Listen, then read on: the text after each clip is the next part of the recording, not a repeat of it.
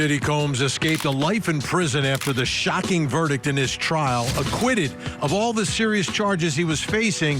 But Combs is still locked up, and he is scheduled for sentencing in October, and now is trying to get released beforehand.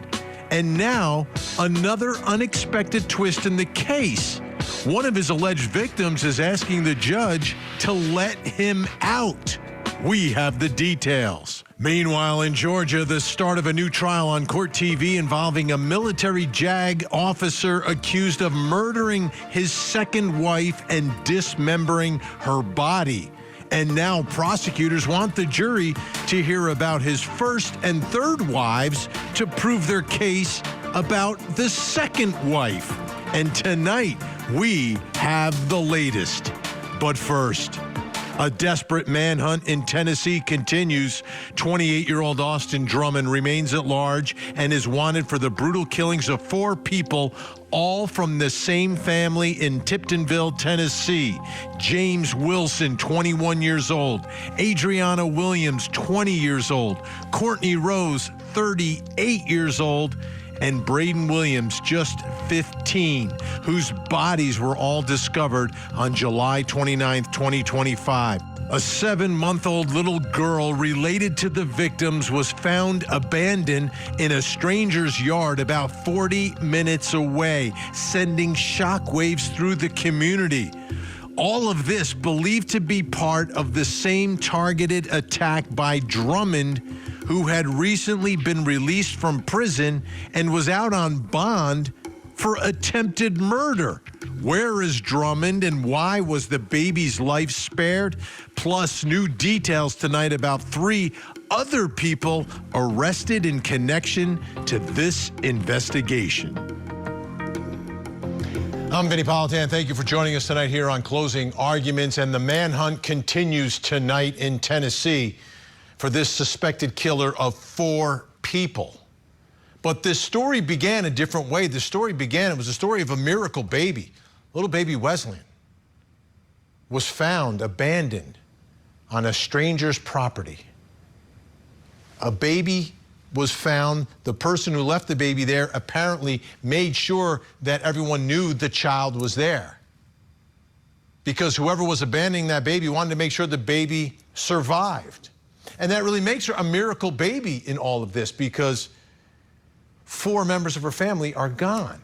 But she was spared. Not only spared, but saved.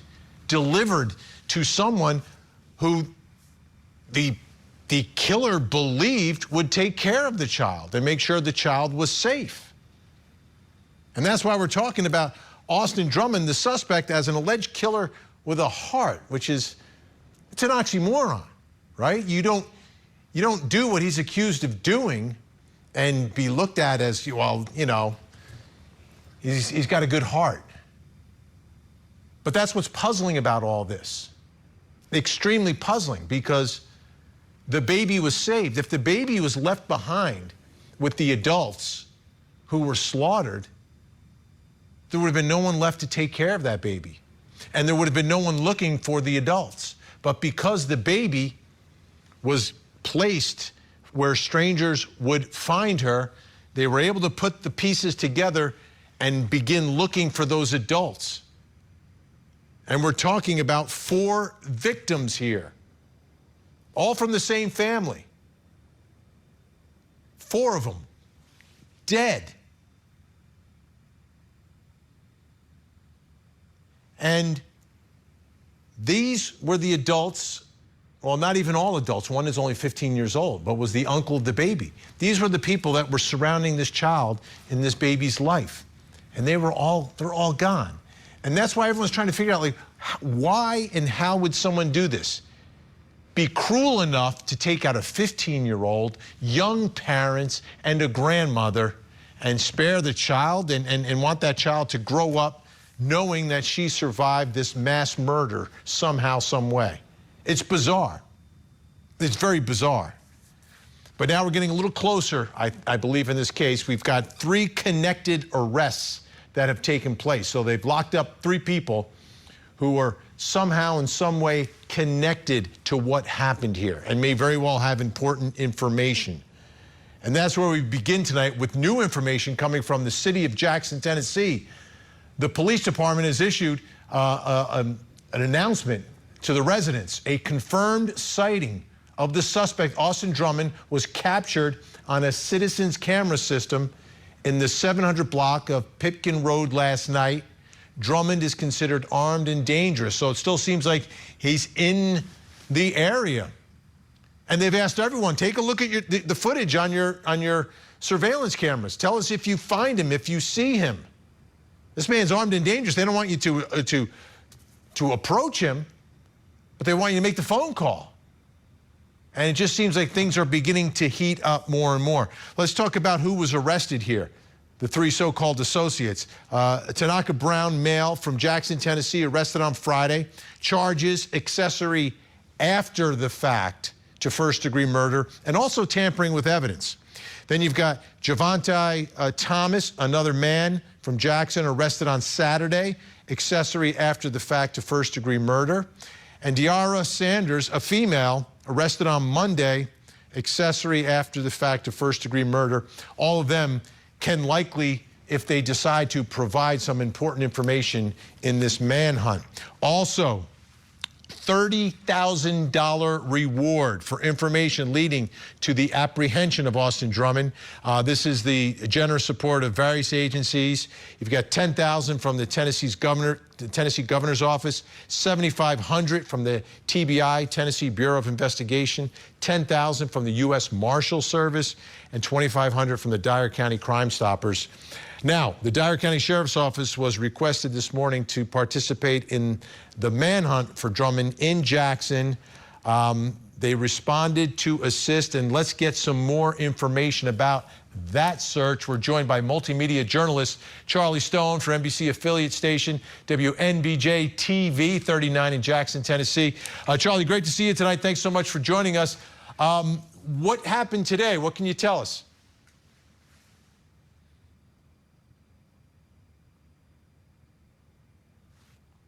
I don't think we're getting some audio. I think you're still muted there, Charlie. We got it?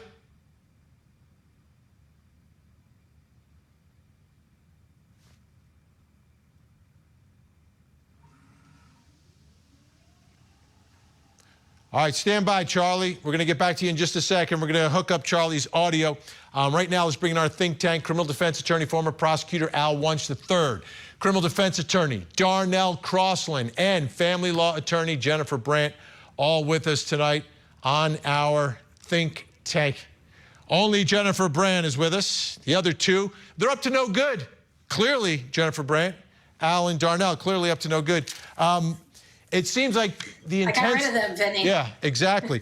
So what are your initial thoughts here about what type of person we're looking for if he wipes out an entire family but spares the child and does so in a way to ensure that the baby is found, not just leaving the baby, in a stranger's yard, but hey, make sure there's a baby over here. And I haven't seen this. I mean, I'm sure it's happened before, but it's not that often that a accused quadruple mass murderer would have the heart to spare a baby. What do you think's going on here? Well, regardless of sparing the baby, you're dealing with a very, very dangerous individual who was already in prison for 10 years and is out on bond for attempted murder of someone while he was in prison. And how he ever got out and why he was ever released on bond, we don't know. I mean, that is the problem, because this is a dangerous guy. I think the DA had said at one point in a parole hearing that this is somebody who should never be out of prison, who's a danger to society. And clearly we can see that. He got out of prison on bond and goes and slaughters an entire family.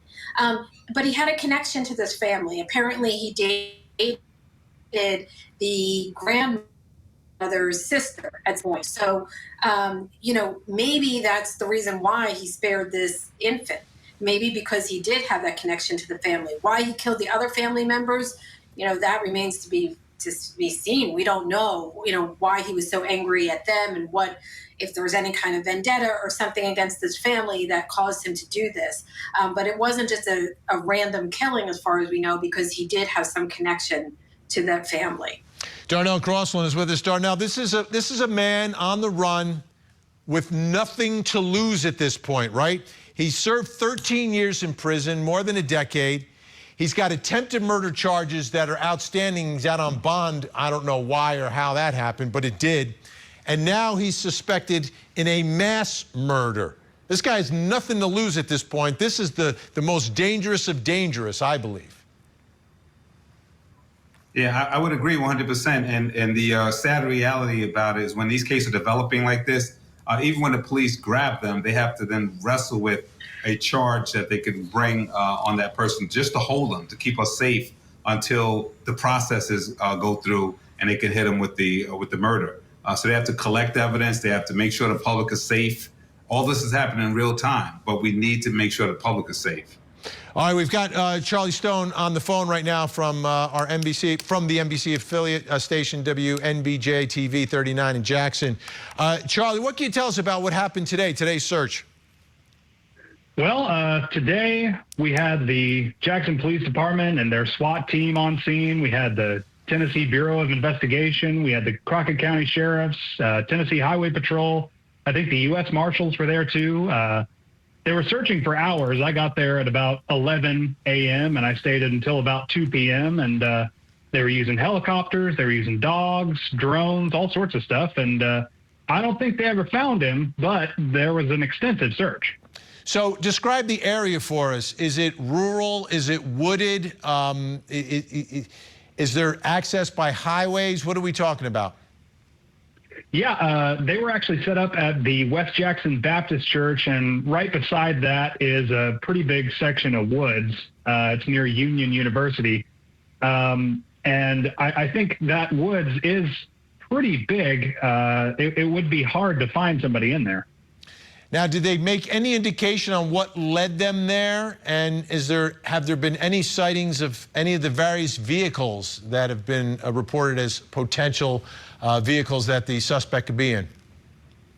The vehicles, they actually found some of them over the weekend in the woods. I'm not sure exactly where.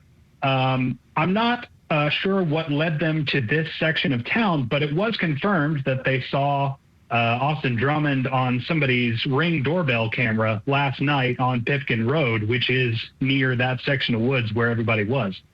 Locals have to be on edge, Charlie. I mean, my goodness, you've got a desperate accused mass murderer who just got out of prison on the run here with nothing to lose. How are folks responding in the community? Oh, for sure, everybody's on edge. The Jackson Police Department has issued several warnings. You know, don't approach this guy. Keep your doors and windows locked. If you see anything, let us know. Yeah, people are on edge. Part of my story today was trying to talk to people in Jackson about how they felt about it, and I did manage to get one person before I was called to the scene, and they were definitely on edge. And how about, are they shutting down schools? Is there extra security at schools? Any concern there? And you did mention that he was apparently near the campus of a university or a college? As far as I know, there are no heightened security measures being taken. I haven't heard anything about that. Today was actually the first day of school for a lot of Jackson public schools. I'm sure if this manhunt continues, they might be taking extra precautions. And have we heard anything about a motive and connection here? As far as connection, it is not confirmed, but I have seen several people talking on Facebook that a person he is involved with was related to the family. And that's all I know as far as connection. And any idea of, so give us an idea of which part of Tennessee we're in, and is there a chance that he could easily get to another state from where he is in Tennessee? Well, we are in West Tennessee. We are in sort of upper West Tennessee. The crimes are committed in Northwest Tennessee, so Lake County and Dyer County. From there, someone could pretty easily flee to Arkansas or Kentucky. As far as we know, he's still in Jackson as far as the sightings go. So I personally don't think he's fled. All right, Charlie Stone helping us out from WNBJ-TV 39 in Jackson, Tennessee. Thanks so much, Charlie. Thank you for having me on. All right, let's go back to our think tank. Introduce it. Look at it. The gang's all here. Al Wunsch, Darnell Crossland, Jennifer Brandt. Great to see everyone. Al, I've been talking about this all night. This is someone who's clearly desperate. This is someone who's dangerous. How surprised are you that he's still hanging out in Northwest Tennessee tonight? That's unbelievable. I mean, that talk about chutzpah. I mean, to do something like that is just wild, especially when you're looking at this kind of a case. You're looking at this horrific crime, and the guy is still around. It's just scary. But what a horrible story, and what a disgusting thing to do. And this poor child, I mean, a miracle baby, but I mean, this poor kid's life has been affected forever. And it's just, I can't wait till this guy is picked up. Jennifer Brandt, what do you think's happening right now with Tanaka Brown, Javonte Thomas, and Diarra Sanders? These are the three people arrested, all charged with accessory after the fact to first-degree murder. You think they got them in a room trying to work out some information here? I think they have them in 3 separate rooms, Vinnie, trying to get information from each one of them to see if one will kind of turn on the others and make a deal and give the information. And so we can get to the bottom of why this happened, what they did, and, where this guy is, where is Drummond and who's helping him? Because if he's out there, he must be getting help from somebody because, he's just out of prison. What connections does he have, Yeah, Where's he going? You got to eat. You got to find a place to sleep. You've got to use facilities. You've got all these things. Right. You may at some point want to take a shower. You may want to brush your teeth. I don't know. Darnell Crossland, how serious charges, accessory after the fact to first-degree murder? Is it serious enough that you could put some real pressure on these three and get some information from them? Yeah, different statutes have different applications, but accessory sometimes is really, really severe, almost rivals the charge itself. So I think that these people are going to really have some things to consider in terms of how valuable this guy is to them and why would they put their freedom at risk. But accessory after the fact to first-degree murder is very, very serious. And now, one way that they had the lead today was the video that someone got from their cameras. I mean, there are people, not everyone, but a large portion of the population now, they have security cameras that are triggered by movement. They have Ring cameras or other brands as their doorbell, which are also cameras. You've got traffic cameras in cities now. You've got license plate readers, but you also have a lot of woods where we are. What are your thoughts and theories about how long this guy could actually stay on the lam? Well, first of all, you got to deal with the fact that this guy is just extremely dangerous. So anyone who does see him should not be doing anything on their own. They should be calling the authorities immediately. Do not try to confront this person because obviously he's desperate and he's a situation where he's already killed 4. I mean, there's no reason why he wouldn't kill 5. So that's first of all. Second of all, you're right. With everything that's going around now, you're going to be able to see him. But once again, as I said, be scared. Do not try to approach this guy alone. Get the authorities involved and get them on top of him because he's a dangerous individual who's a trapped animal, and trapped animals will do anything to survive. And Jennifer Brandt, at this point, I've got to think, from law enforcement's perspective, like you got a lot of different departments working on this, and now it's a matter of we need to get this done. Like this is job one of law enforcement, right, is to protect. And the best way to protect in these circumstances is to get this guy into custody. So I've got to think the man power, woman power, the hours that are being put into this are going to be around the clock and as intense as it gets. For sure. And I mean, he's a danger to the community. He's a dangerous person at large. Yeah, they should have all resources out there trying to get him. And the fact that he was spotted on somebody's Ring camera, I mean, they put the public on alert. Everybody should be checking their Ring cameras. Everybody should be looking at videos. Store owners, residents, they should be looking and helping the police and contacting the police if they see anybody see him anywhere. And Darnell, one thing that has a lot of people upset is that he served his entire sentence. He couldn't get parole because they knew he was such a risk. He didn't get parole. He had to serve his whole sentence. But while he was in prison, he's charged with attempted murder. And he got bond. He got bond. Like, how does that even happen? How is that even like a possibility? It's not like, you know, he got into a little fight or, you know, he knocked someone's dinner tray over. I mean, this is attempted murder. And he gets bond? Yeah, well, it's very peculiar because one, when you have situations where we are always trying to say to ourselves that you're presumed innocent, you have a right to bail. Bail is to make sure that, you know, you return to court. Here's the thing. Bail is supposed to make sure you're not a danger to yourself or to the community. And they take into consideration your charges. And so on that one element alone, bond should have been revoked. In New York, they remand you without even, you know, it's not even a matter of making a bond so high that you can't get it. They can just remand you. And so this would have been a case where he should have been remanded.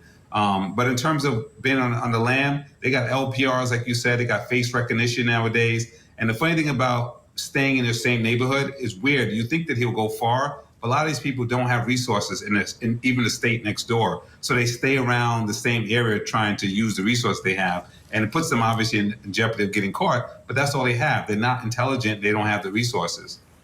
All right, we're going to stay on this story. Obviously, anything happens, we will let you know. When we come back, Think Tank stays with us. We're going to talk about this brand new trial on Court TV, the dismembered wife murder trial.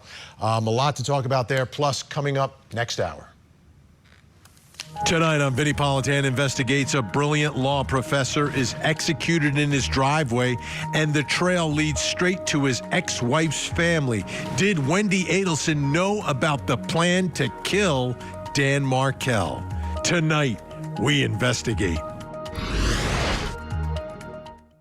Join Court TV's Vinnie Politan with the latest and breaking true crime stories. Now, let's look at the other side of all of that. Vinnie Politan Investigates. Tonight, 9/8 Central, only on Court TV. Donna Adelson is facing charges of murder, the death of her former son-in-law. This is terrible. Now that Donna has turned into a defendant, what's next for the Adelson clan? The matriarch mastermind murder trial, August 19th, only on Court TV. December 2nd, 2022.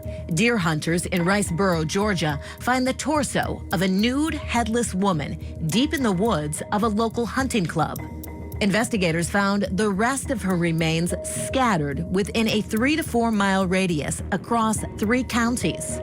The Georgia Bureau of Investigations released composite sketches of the unidentified woman in hopes of giving her a name. 5 months later, on May 11th, 2023, police announced that they found the remains of Mindy Kassotis. They used DNA from family members to make the positive identification. Mindy Kassotis was 40 years old when she was killed. The day after her remains were identified, her husband, Nicholas, was arrested in Lancaster, Pennsylvania. So this case, as the court knows, is incredibly gruesome in a way that I believe will create additional trauma. Nicholas Kassotis, who is also known by the alias Nicholas Killian James Stark, was extradited back to Georgia and charged with malice murder, aggravated assault, and removal of human body parts from the scene of death. Prosecutors say in the months before Mindy's death, she and Nicholas were on the run because of an outstanding $1.5 million judgment owed to his first wife, Heather Thomas. Its motive for him being on the run, it explains this story started all because of this.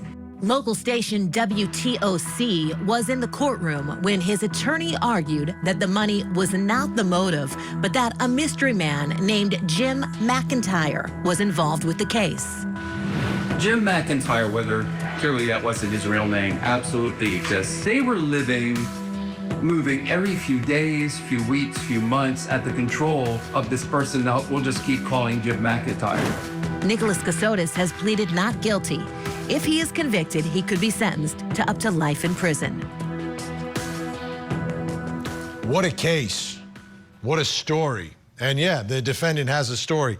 So again, just to reiterate what's going on here, and this is an important part of it. So he has 3 wives, right? Mindy is wife number 2. Now, prior to Mindy's death, Nicholas's ex-wife won a $1.5 million divorce judgment against him. And prosecutors are saying that wife 2 and Nicholas went on the run so they didn't have to pay the 1.5 to wife number 1. But the defense is saying that Mindy and Nicholas were fleeing from some guy named Jim McIntyre, who they say controlled their finances. Prosecutors saying Jim McIntyre doesn't exist in the real world. But the defense says both Nicholas and Mindy told people about running from McIntyre before Mindy's death. Let's bring back in our think tank. Al Wunsch, Darnell Crossley, Jennifer Brandt. This is a mess. This is a mess. What are your thoughts here, Al, about the mysterious Jim McIntyre? Well, that's a great little, thing to throw out there. You want to have somebody you can blame it. They're going to put that name out there. They're going to put everything through that this is the guy they should be looking for, and they grab the wrong man. So, I mean, it's sort of like that New Jersey case where it was the woman in the floppy hat that was in the house and, ended up involved with the murder of the guy's wife and things down the line. It throws doubt out there, and it's a nice little tool. Darnell, I think McIntyre will be the one that the defense points at as being the bad guy in all of this, right? They're on the run to get away from this guy. My guess is the murder of Mindy will be blamed on this man, Jim McIntyre. But isn't it incumbent upon the defense, if you're going to allege that there is some guy like this, that you would have some evidence that this man exists and you'd be able to present that inside of a courtroom? Spoken like a true prosecutor, Vinnie. I think you're not rusty at all. Litigation is what I do every day, and when you have a situation like you just described, it's called third-party culpability. And if you're going to make a third-party culpability claim, judges slap us around all the time, saying just what you just said. Give me more than that. You can't just walk in here saying, it was another person who did it. Somebody stole my homework, and you don't know who it is. As Al said, it could be valuable, but it has to get through certain levels of legal thresholds. So, in order would it be enough? Would it be enough, Darnell, if the victim was talking about this guy also? No, not at all. I mean, if the victim was talking about this guy, they'd have to say, what's the context? Is this guy a murderer? This guy, just a mere mention of this person. So each court, as the court is the gatekeeper, is going to have to look at it and say, is it sufficient? But I don't think just merely mentioning some guy named McIntyre, the alleged McIntyre, is enough. All right, Jennifer Brandt, explain to us a $1.5 million divorce judgment. How does that happen? Well, it sounds like he had quite a bit of money to get that kind of divorce judgment, because that was probably half or more, maybe a little bit more than half of the marital estate. So we're talking about a fair amount of money that he had to be able to pay that kind of judgment, which clearly he couldn't pay. That's why he was allegedly on the run. Well, or maybe he just didn't want to pay it because he had to pay. What happens to you if you have a $1.5 million judgment and you don't pay it? Like, what is the court going to do to you? They don't put you in debtor's prison, do they? The court has enforcement. Oh, well, they do. I mean, there's enforcement powers and contempt proceedings, and punishment can be sanctions, can be jail. So yeah. Like, I get it for child support. I get it for child support, but no. I'm talking about a judgment against you. They can enter it as a judgment against him. Take his assets, levy upon his assets. I mean, we don't know what he had, but he probably had some worth to get that kind of judgment. Somebody just didn't pull that out of the air. This is not a civil judgment against him in terms of like harm that he did to somebody. This is probably based on some kind of asset division. So, he was out to take care of his new wife and beyond. If it's judgment, how do you run? You can't run from the judgment. You can't put the house on your back. I mean, the house or whatever the assets are stay where they are. maybe he had money. You know, he had money that he was trying to get away and not pay that money. But I don't know how far he was going to get, just like Darnell pointed out. I mean, there's only so far you can get. The courts can catch up with you. And going from state to state doesn't really matter because, you know, if you have a judgment against you, it can be enforceable in multiple states. Al, let's talk about motive here. Let's talk about motive, because I got something else. This is for the motive for the murder of wife number 2. Apparently, prosecutors have evidence of a receipt that he was going on a date with, I guess, future wife number 3 and bought a condom and some Old Spice. He should be prosecuted just for that. But, you know, under the circumstances, first of all, the case I was referring to before was Dr. Jeffrey McDonald, which is interesting because McDonald was also ex-military like this guy and was a doctor. In this case, this guy is a lawyer, former JAG attorney. So, you know, we're dealing with someone that is skilled, is intelligent, and, you know, has a good educational background, plus also military training.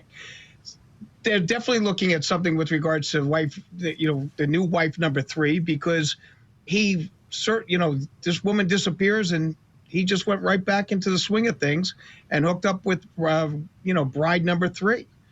I don't think the $1.5 million is something that would have been a motive to take out wife number 2. I think the bigger motive is moving on to wife number 3 and not getting another $1.5 million verdict against you in the second divorce.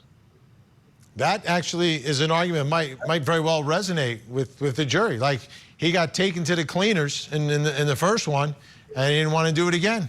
Wow. All right. Al Wunsch, Darnell Cross, and Jennifer Brandt staying with us. When we come back, Diddy, one of his accusers / alleged victims, is writing a letter in support of Diddy, wants him released.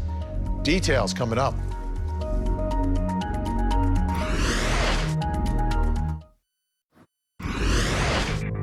Today's a great victory. It's a great victory for Sean Combs. It's a great victory for the jury system. You saw that the Southern District of New York prosecutors came at him with all that they had. They're not stopping, but one thing stands between all of us and a prison, and that is a jury of 12 citizens. And we had a wonderful jury. They listened to every word, and they got the situation right, or certainly right enough. It was a huge victory for Diddy Combs, but he wasn't released from jail. He was convicted of the most minor of all the charges. His sentencing is scheduled for October, but he's been trying desperately to get out of jail pending his sentencing. And guess who's coming to his aid? One of the alleged victims in the case who wrote a letter. Take a listen as one of our producers reads that letter to the judge. My name is Virginia Hoon, and I'm writing as the person identified as victim 3 in this case. I have known Sean Combs for many years, in both a personal and professional capacity.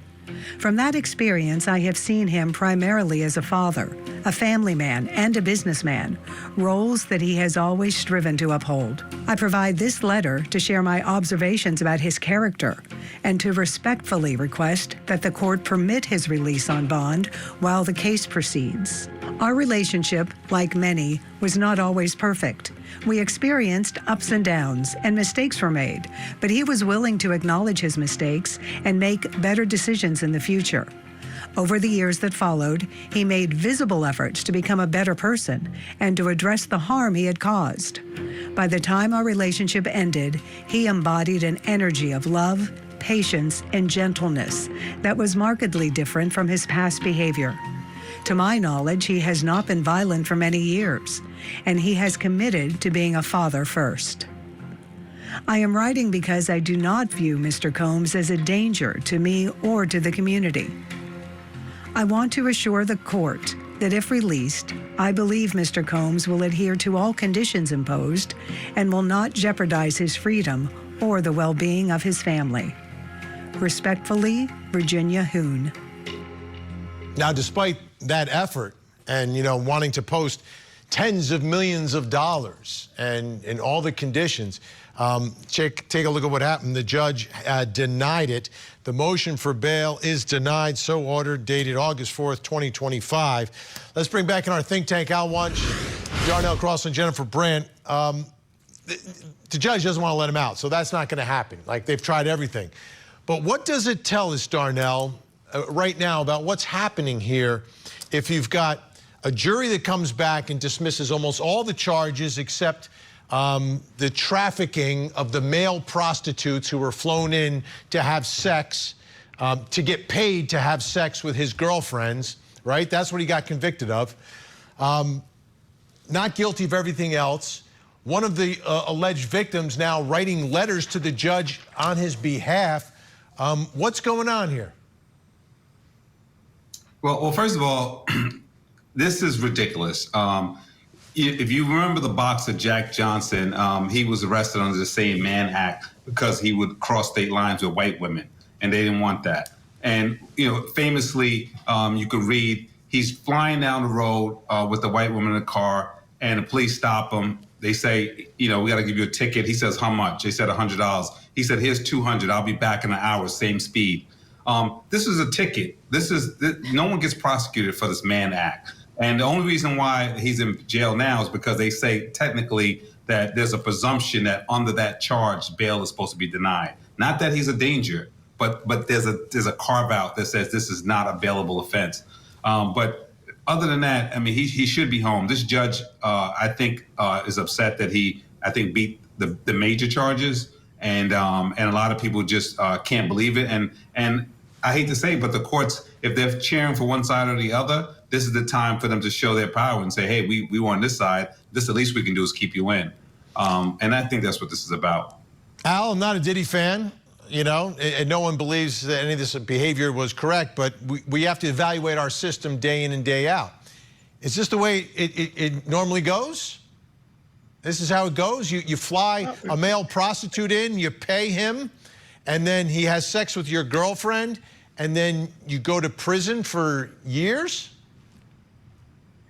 It's a violation of the law, and he was convicted. Where of are the feds on Super Bowl weekend? Why don't they do something on Super Bowl weekend? You know how many prostitutes are flown into the Super Bowl city every year? Are we going to arrest all of those men and send them to federal prison?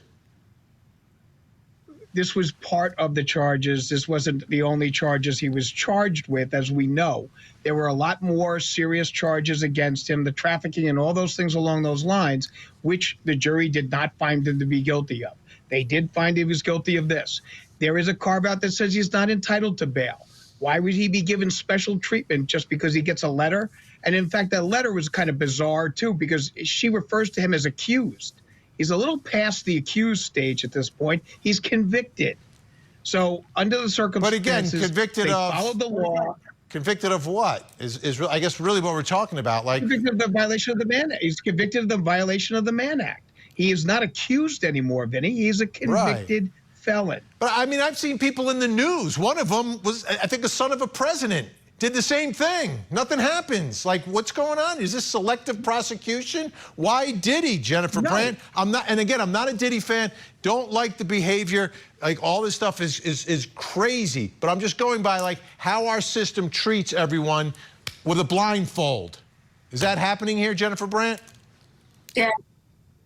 Well, we know it's not a blindfold, and I think the judge is trying to make a lesson and try to give everyone a lesson out of him. He's well known. He's, there was a lot of attention on this trial.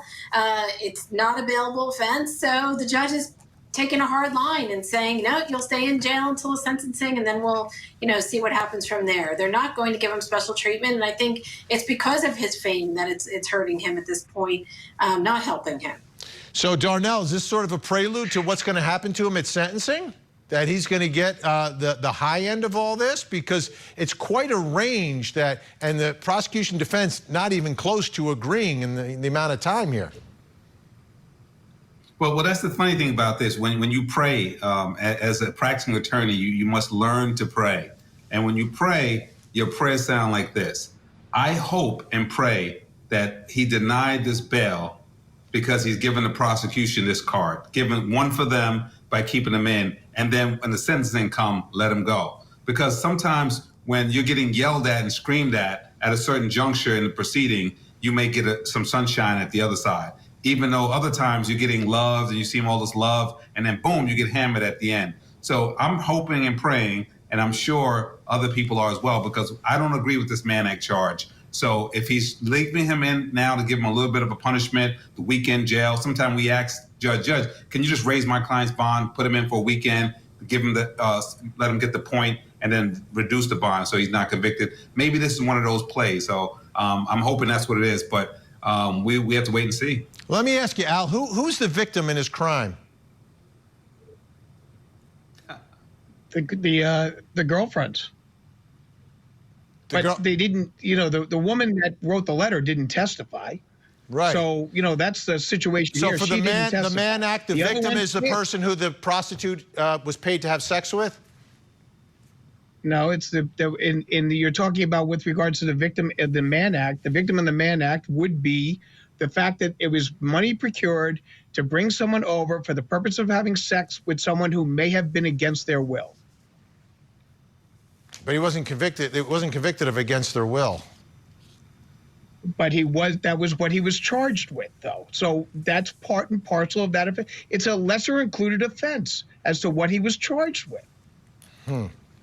All right. Look, you know what? The bottom line is this: I don't disagree. I don't disagree with Darnell that what's happened in the past with regards to this, especially with regards to African American defendants, is not right, and it has been a horrendous situation.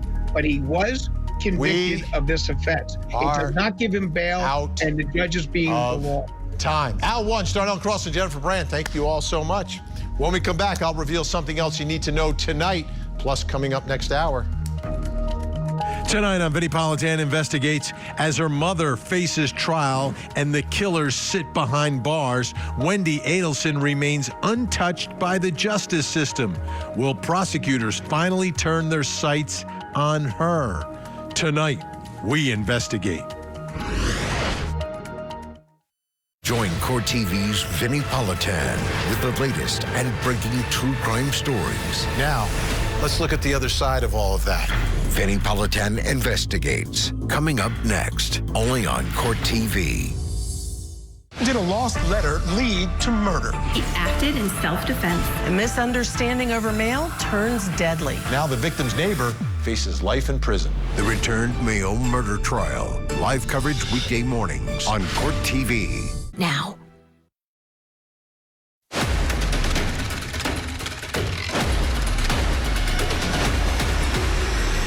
Time to reveal something else you need to know tonight. Let's take a look at the big board. And we got some parents speaking out about the accused Devil's Den killer. You may recall he's a teacher. So they are saying, some of these parents, that he was putting children on his lap. This according to the New York Post. He said things like, I wish I could date you. I wish you could be my girlfriend. Just really nasty, like grooming behavior, said a father of someone who attended the elementary school. You're talking about an 8-year-old girl he was talking about. Scary that he was a teacher, as we find out more details about this accused killer. Please take a look at your screen. We have a missing child who needs your help tonight. Take a look. This is Charles Curtis Baker, just 15 years old, missing from Houston, Texas. If you see Charles, pick up the phone, make a call, make a difference, 911, 1-800-THE-LOST, or you can call the Houston Police Department in Texas. That number's on your screen right now. Let's see if we can get Charles to a safe place tonight. Don't go anywhere. We have another hour of live true crime. Vinnie Politan Investigates is next. In the meantime, please don't forget to hug the kids.